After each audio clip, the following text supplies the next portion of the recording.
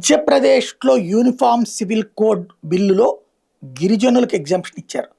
గిరిజనుల్లో కొన్ని ఏరియాలో బహుభార్యత్వం ఉంది కాబట్టి మళ్ళీ వాళ్ళకి తేడా రానివ్వకుండా. ఇదే ముస్లింలు ప్రశ్నించేది. ముస్లింలు బహుభార్యత్వాన్ని వద్దంటున్నారు, హిందువుల్లో గిరిజనులు బహుభార్యత్వాన్ని అంగీకరిస్తున్నారన్న పాయింటే రైట్ చేసుకొస్తున్నారు. అయితే అది పక్కన పెడితే బహుభార్యత్వాన్ని నిషేధించడం ఒకటి యూసీసీలో గిరిజనులకు ఇందులో ఎగ్జామ్షన్ ఇచ్చారు. అట్లాగే మ్యారేజ్ రిజిస్ట్రేషన్ అన్నది తప్పనిసరి చేశారు. అబ్బాయిలకి 21, అమ్మాయిలు 18 కంపల్సరీ. లివ్ ఇన్ రిలేషన్షిప్స్ అయితే కనుక ఒక నెల ముందు రిజిస్ట్రేషన్ చేసుకోవాలి అన్నటువంటిది తేల్చారు. అలాగే పెళ్ళైనటువంటి వ్యక్తి లివ్ ఇన్ రిలేషన్స్ ఇంకొక మహిళతో ఉంటే కనుక 5 ఏళ్ల పాటు జైలు శిక్ష అన్నటువంటి చట్టం తీసుకొచ్చారు, చట్టంలో మెన్షన్ చేశారు.